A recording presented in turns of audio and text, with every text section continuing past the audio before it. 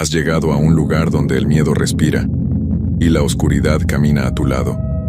Si continúas escuchando, dale like a este video y suscríbete ahora mismo, porque ya es tarde.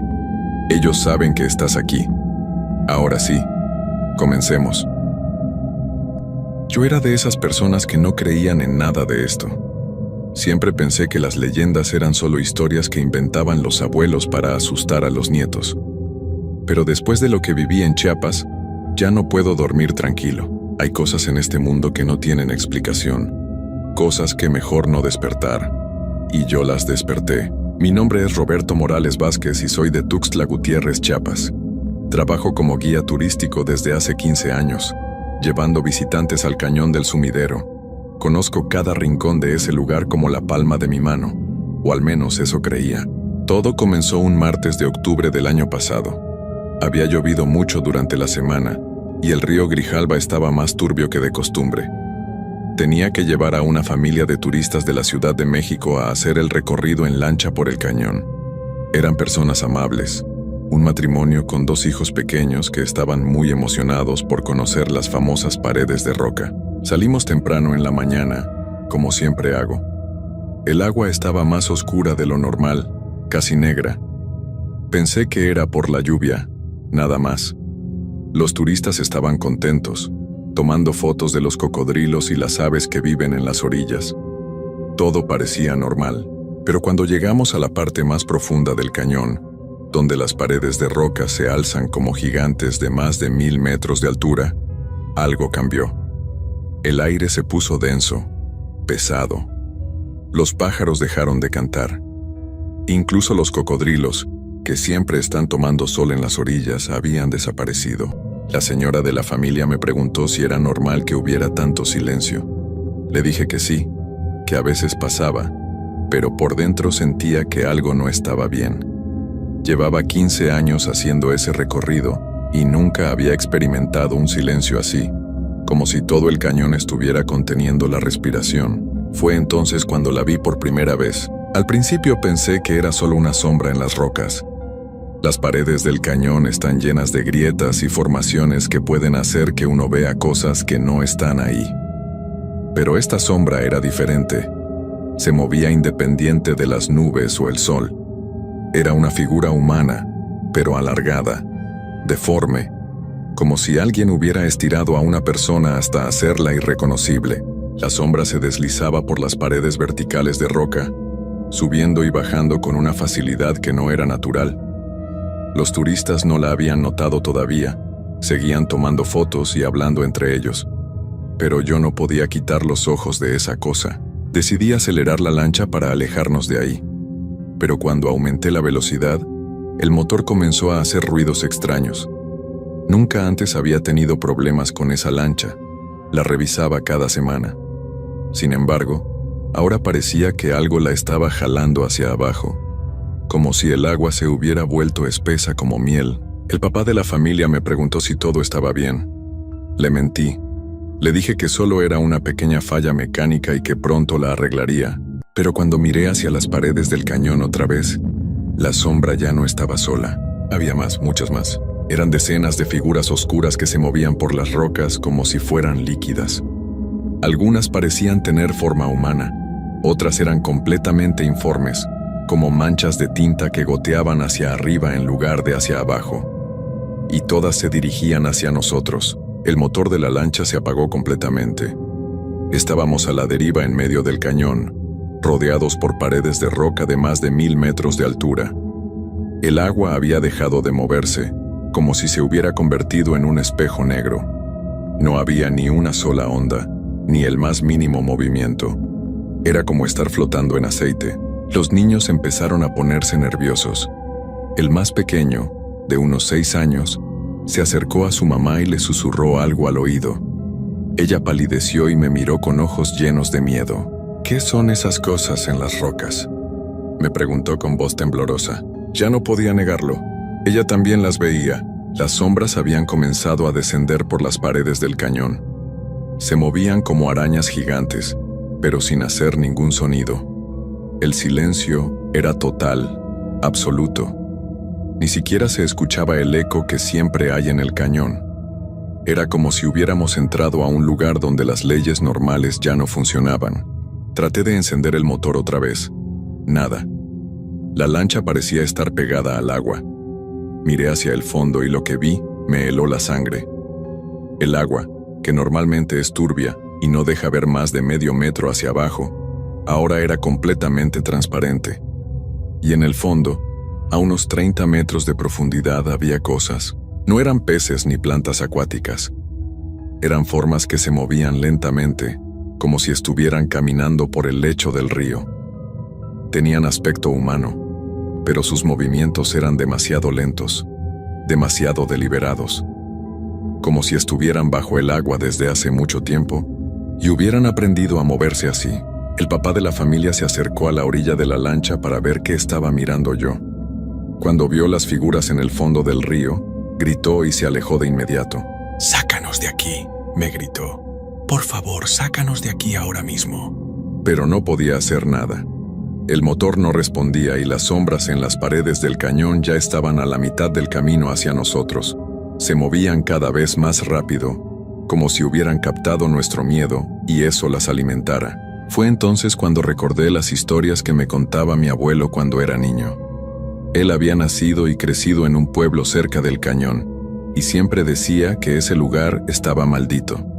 Según él, antes de que llegaran los españoles, los antiguos habitantes de la región consideraban el cañón como la entrada al inframundo, un lugar donde los muertos que no podían descansar se quedaban atrapados para siempre. Nunca le había creído. Pensaba que eran solo leyendas, historias inventadas, pero ahora, viendo esas cosas acercarse a nosotros, comencé a entender que tal vez mi abuelo había tenido razón todo el tiempo. Las figuras en el fondo del río habían comenzado a subir. Se movían lentamente, pero de forma constante, como si estuvieran escalando una escalera invisible en el agua. Y las sombras en las paredes ya estaban tan cerca que podía ver sus detalles. No eran completamente negras como había pensado al principio. Tenían formas humanas, pero distorsionadas, como si hubieran sido estiradas y deformadas por años de sufrimiento. Algunas tenían brazos demasiado largos que arrastraban por las rocas. Otras tenían cabezas que se balanceaban de un lado a otro como si sus cuellos estuvieran rotos. Y todas tenían ojos.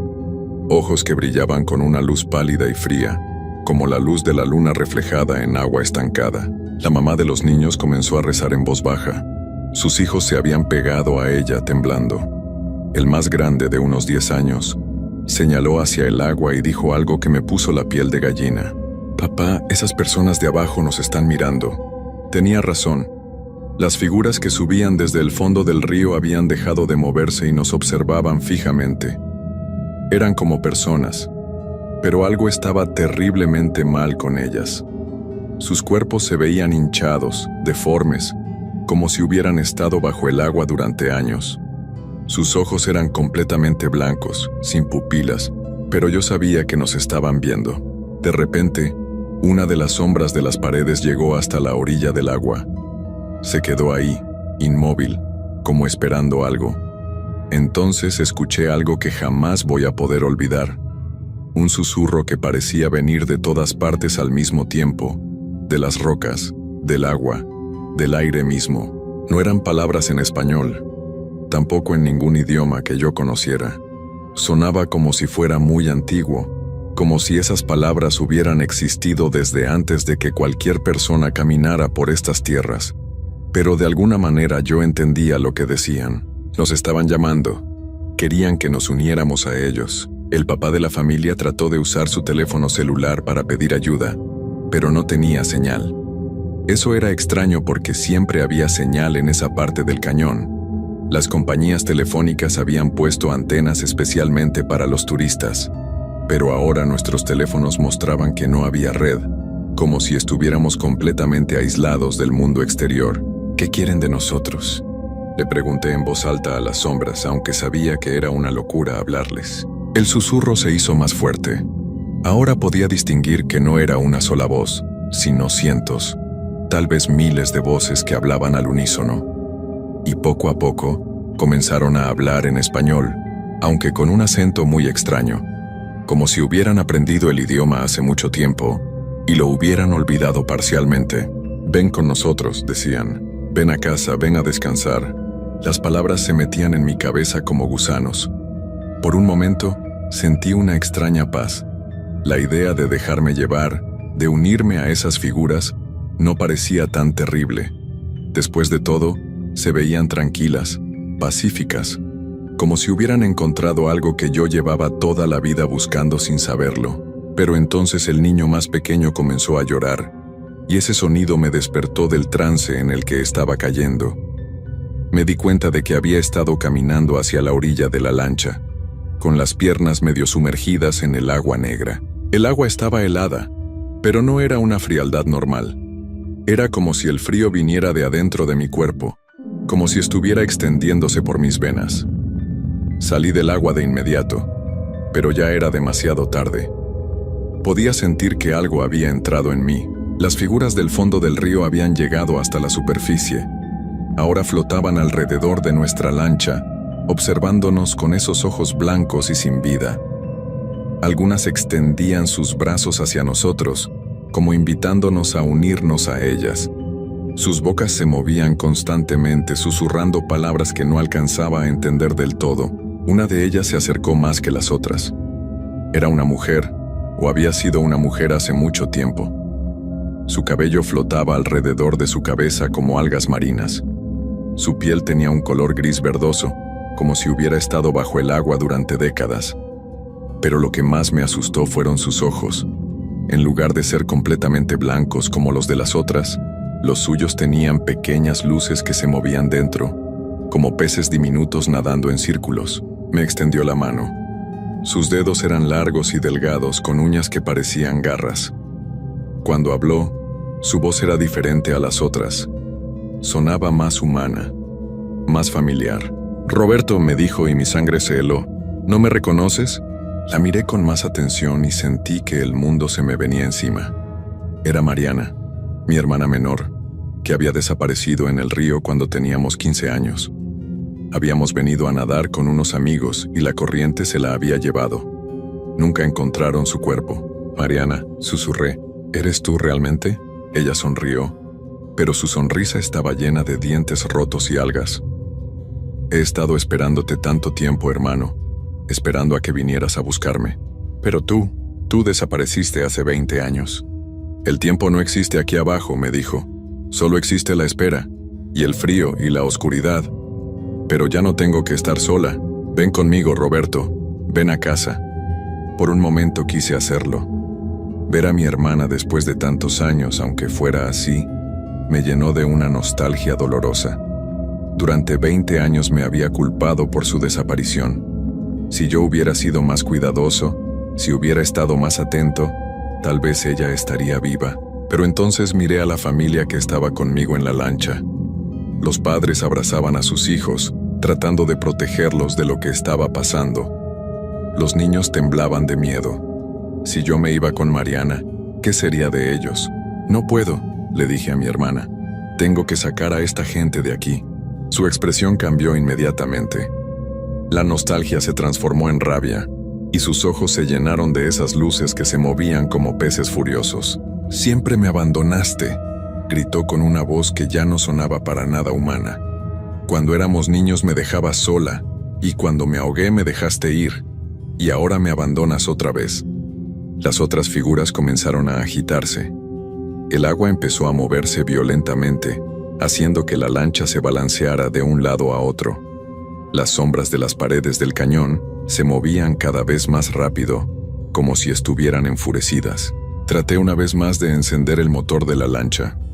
Para mi sorpresa, esta vez funcionó. El ruido del motor rompió el silencio sobrenatural que nos había rodeado, y por un momento las figuras se alejaron, como si el sonido las molestara. Aceleré todo lo que pude.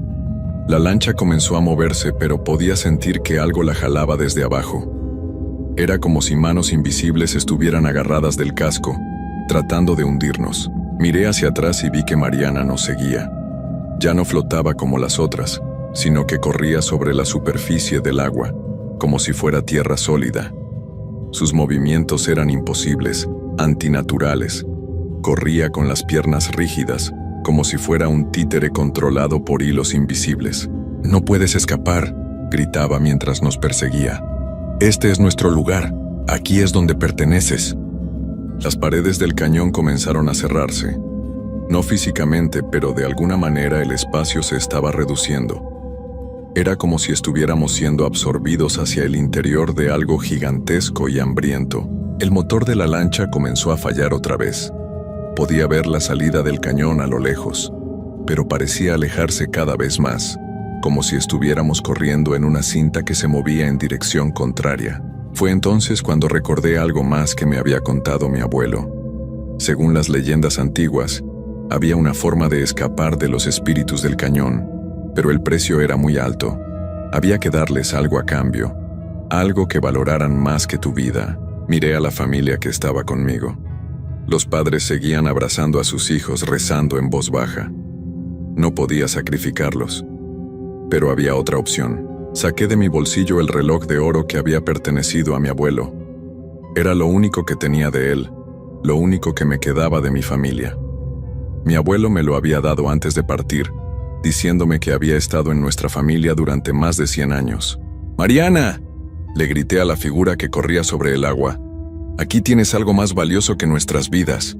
Levanté el reloj para que pudiera verlo. Inmediatamente todas las figuras se detuvieron.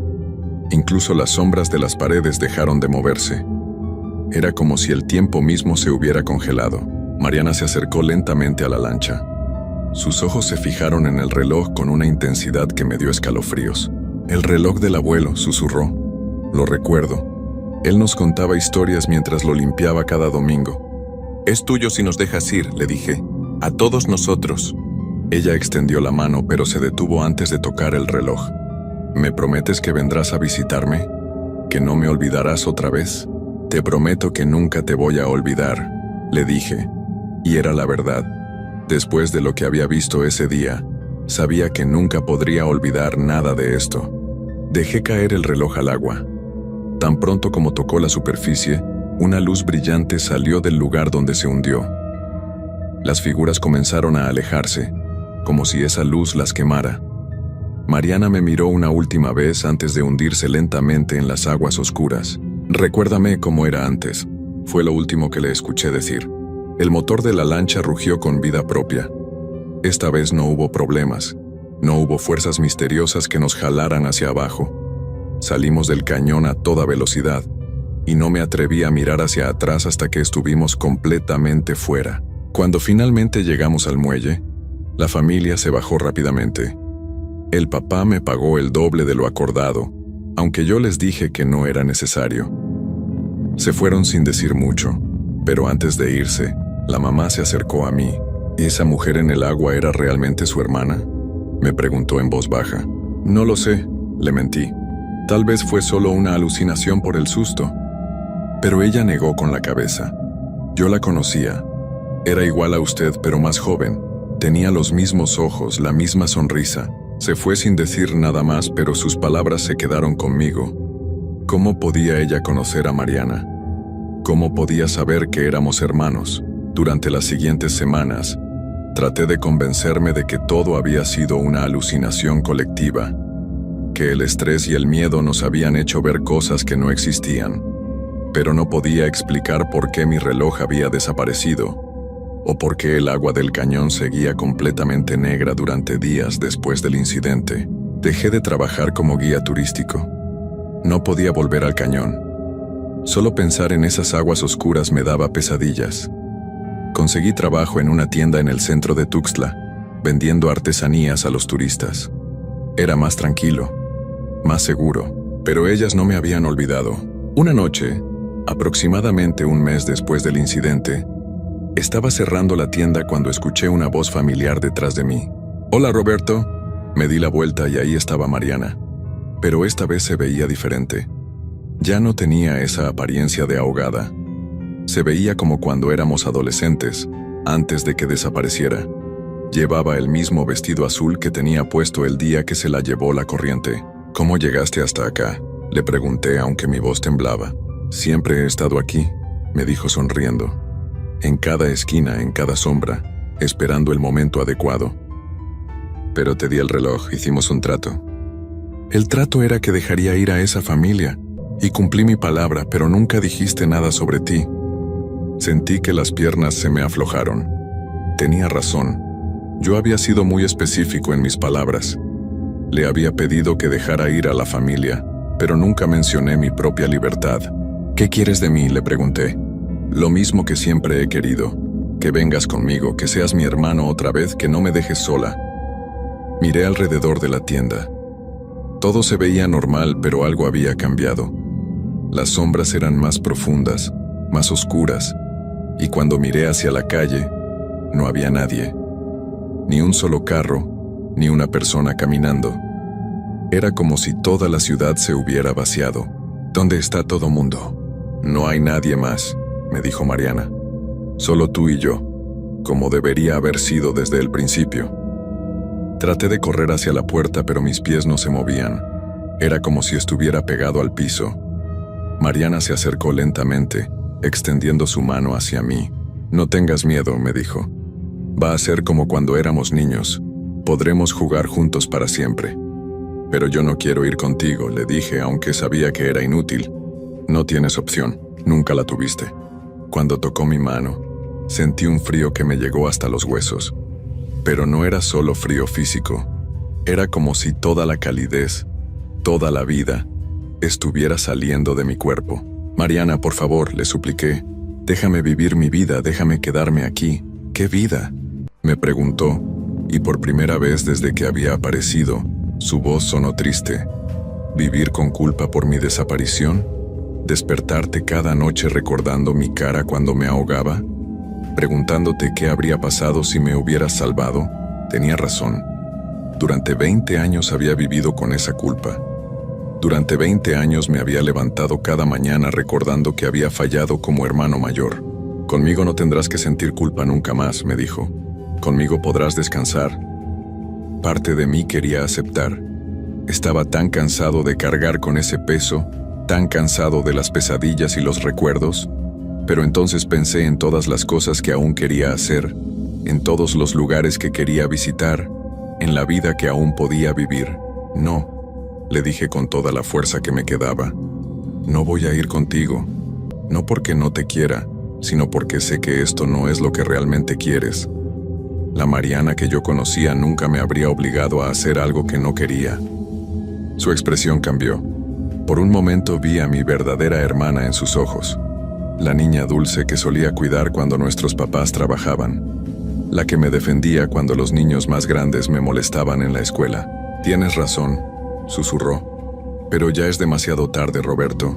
Ya no soy la Mariana que conocías. Soy algo diferente ahora, algo hambriento. Sus ojos comenzaron a brillar con esa luz extraña que había visto en el cañón.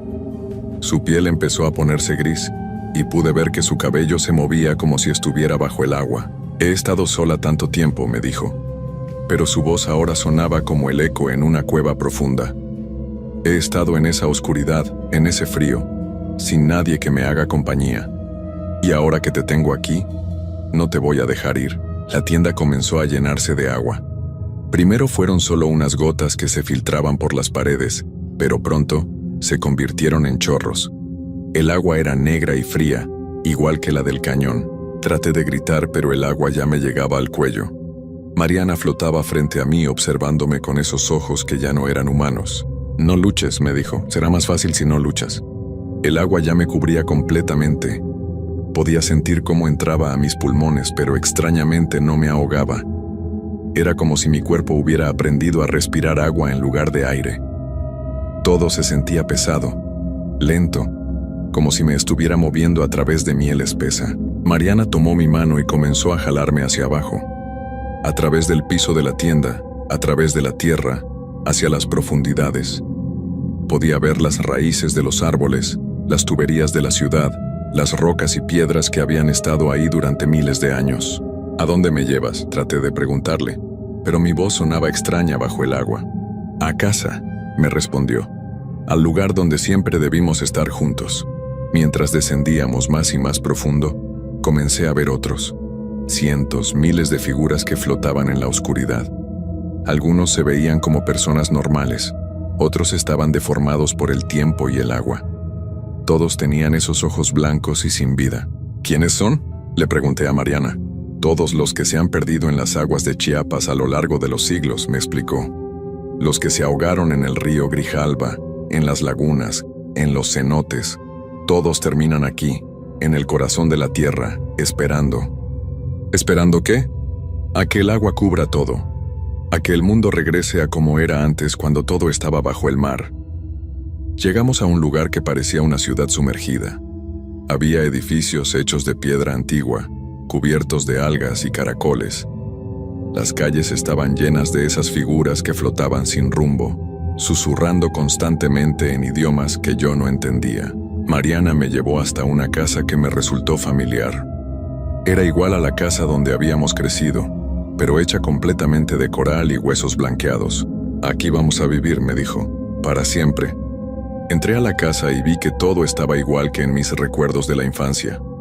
La sala con el sofá café donde veíamos televisión, la mesa donde hacíamos la tarea, mi cuarto con la cama individual y los pósters de fútbol en las paredes. Todo estaba ahí, pero cubierto de esa capa viscosa que cubre las cosas que han estado bajo el agua durante mucho tiempo.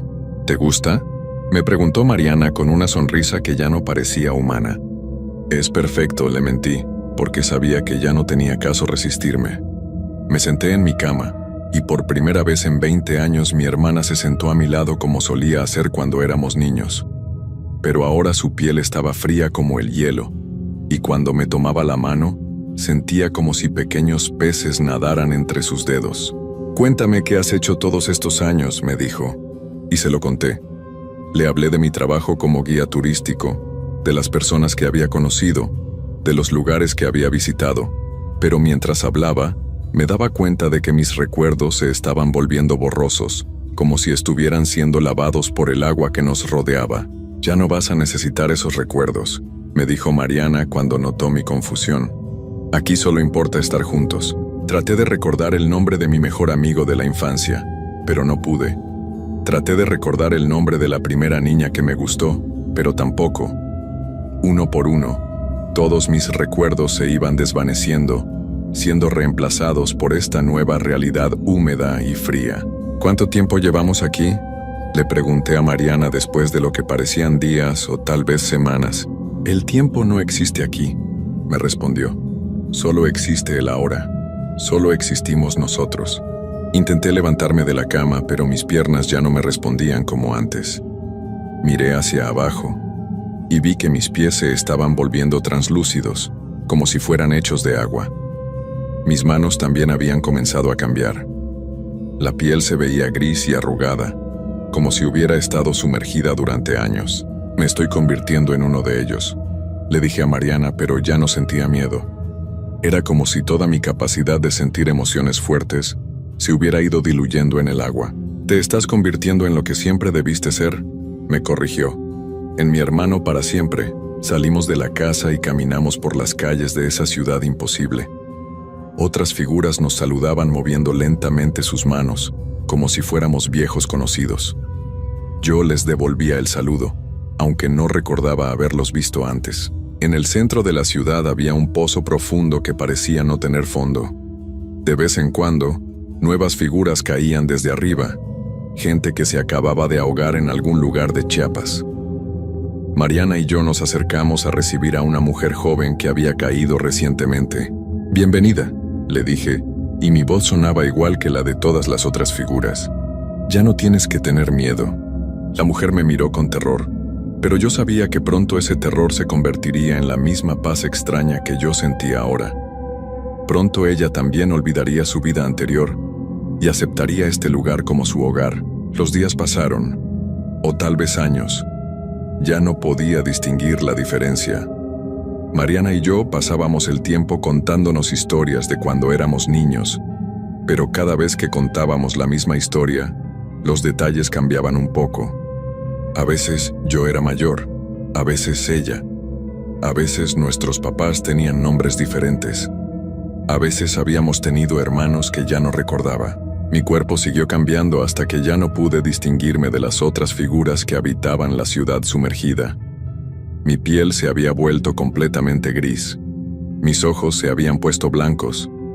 Y cuando hablaba, mi voz se mezclaba con el coro eterno de susurros que llenaba el lugar.